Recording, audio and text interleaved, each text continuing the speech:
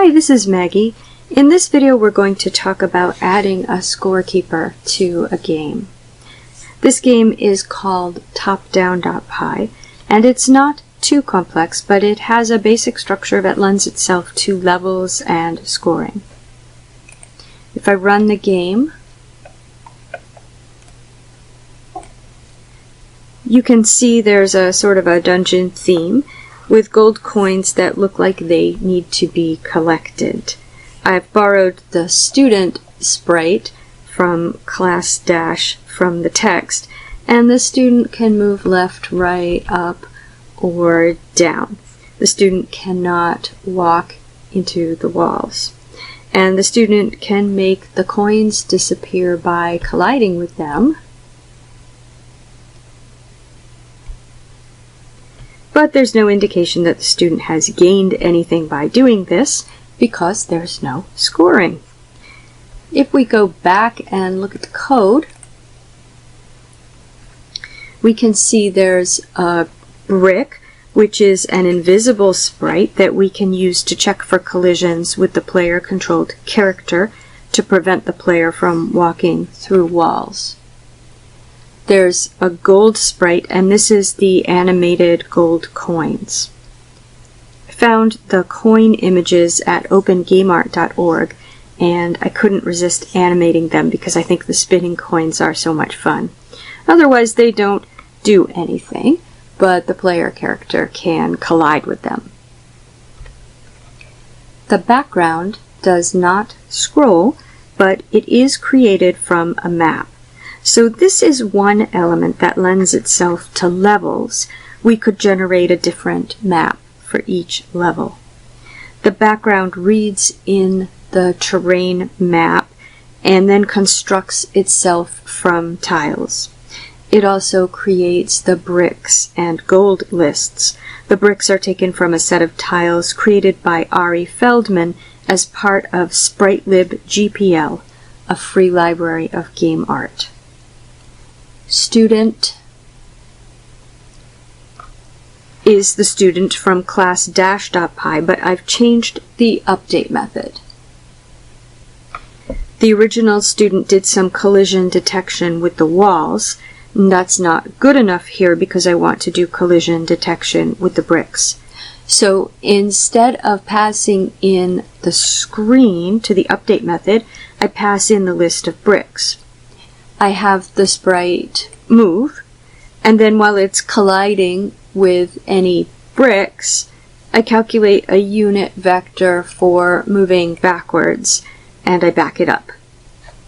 Now, down in main, I load in the image files for the background, create the background, and then create the window based on the size of the background. Because we can't convert any images until we've sent the set mode message, I do create a dummy screen before I create the background. I then create groups from the bricks and the gold, and I create the student. In the event loop, we process key up and key down events by sending the move message to the student sprite, which sets its dx and dy. And then there's a very simple collision detection where we simply remove the gold coins from the group if they collide with the student sprite. Then it's update, draw, and flip. So to add scoring to this, I'd like to have a coin count. If we make the game more interesting, we can add other elements to the score. But right now the coins are really the only thing that's going on. Listing 11.2 has a Scorekeeper Sprite that we can adapt for this game. Let's take that and then see what we need to do to make it work here.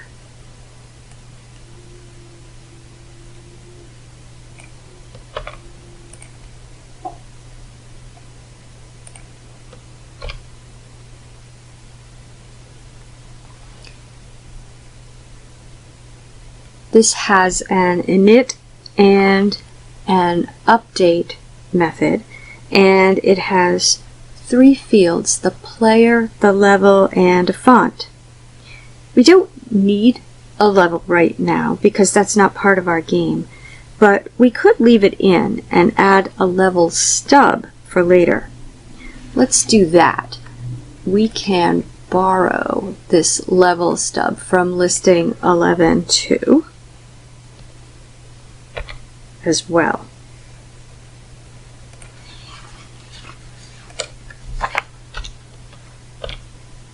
It has methods for get level and get total spheres. The spheres has nothing to do with this game. So let's just leave get level, which is a stub, meaning just some placeholder code, and it returns a hard-coded 1. We'll keep that.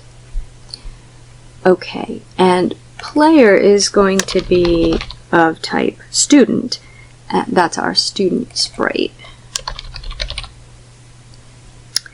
And the font is Bauhaus 93. Let's go ahead and leave that. 24 point. We'll see how that looks. And before it updates, it has a surface of no size. So let's talk a little about the philosophy of the Scorekeeper. This object is responsible for reporting the current state of the game. It must be completely up to date each time it draws, which will be 30 times a second. Each time through the game loop, the state of the game could change, i.e. our student could pick up a coin, because that's the only thing going on right now. And so we want to make sure that this Scorekeeper is synchronized with the state of the student. That's why it has a reference to the student. It's not going to store the number of coins. It's going to ask the student object each time through the loop how many coins it has. So in update, we'll have a variable coins, and we'll ask the player get coins. We haven't written that yet, but we will. We'll change stuff down in main so this works. And we'll ask level to get the level, which we know right now is a hard-coded 1.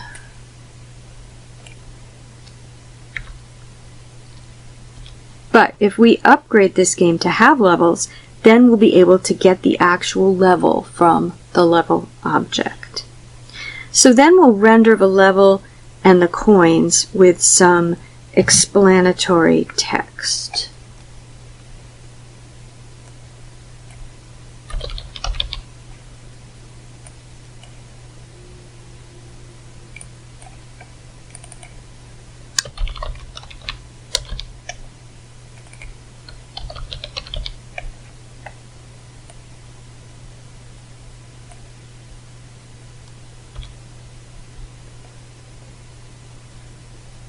And we'll create a surface, the width of the screen and the height of the font, which we can get by asking the font its height.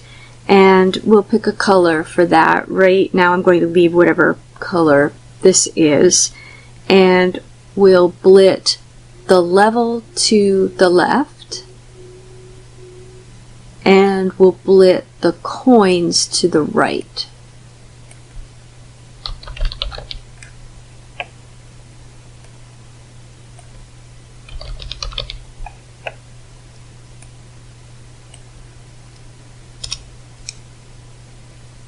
Now, before we do that, we check to see if the font module is part of the Pygame installation. If it isn't, then we can set the caption of the window to contain this information.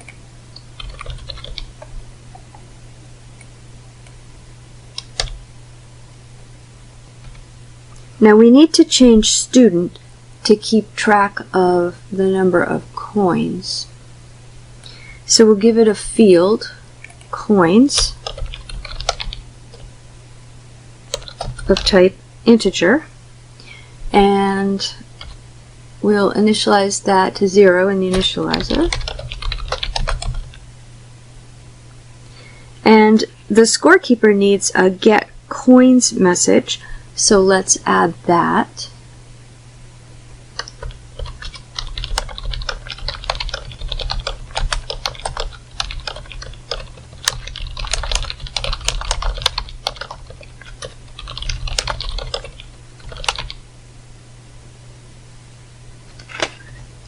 And somehow we'll need to add coins too.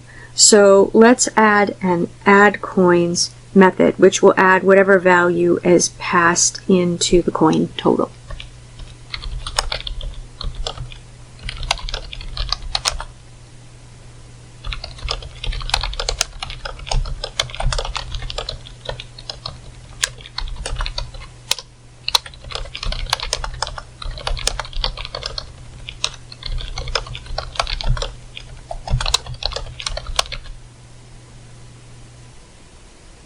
Okay, great. So let's put this all together down in main. First, we'll need to create an object for the level.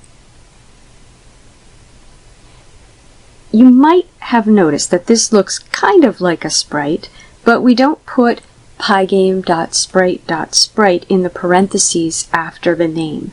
This is a class definition. It's like a sprite, except it has nothing to do with pygame.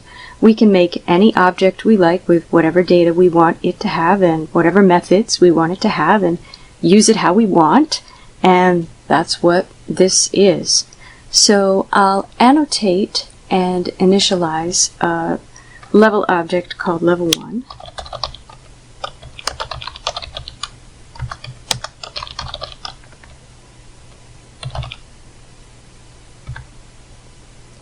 And we're going to pass that to the scorekeeper in its initializer along with the player. And we'll put the scorekeeper object in a group. Let's do all of that.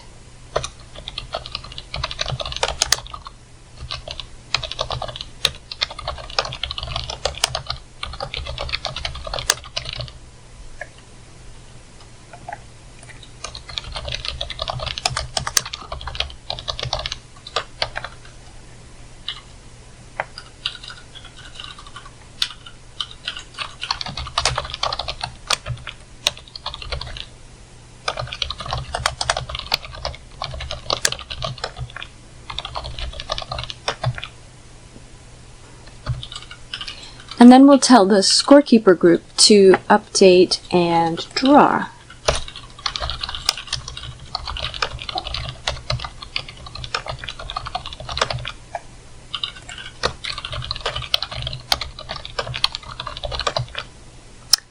And let's make sure that works.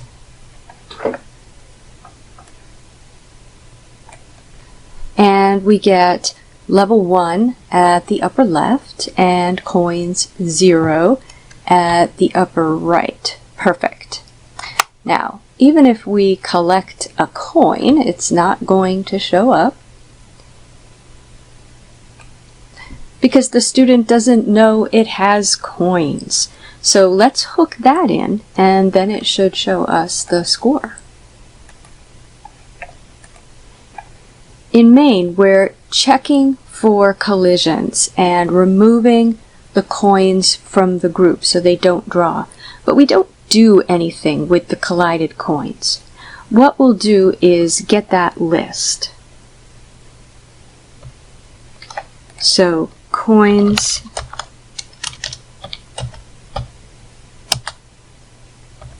equals pygame.Sprite collide, etc.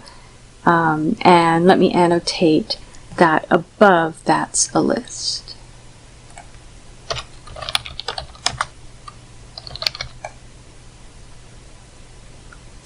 And then we'll use the add coins method we wrote for the student to add the length of the list, because however many coins the student sprite collided with, that's how many it picked up, and we'll add to its coin collection. Right now it can only collide with one at a time, but that could change in another level.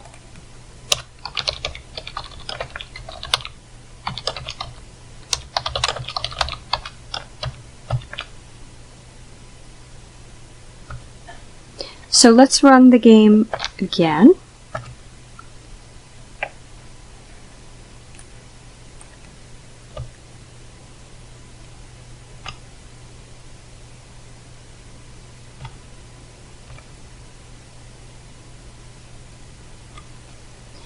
And now when the student picks up the coins, we see that reflected in the score.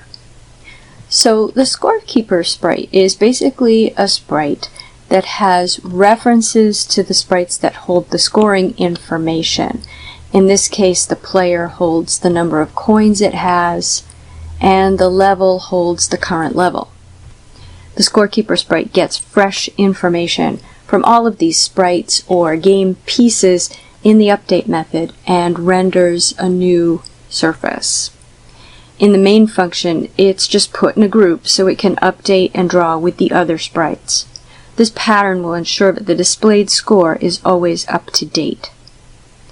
Add some scorekeeping to a game you've already written to practice rendering text and keeping the score updated and in sync with other game components.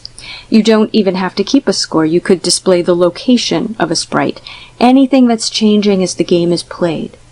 When you can keep a score synchronized with other components of a game, you're ready to move on.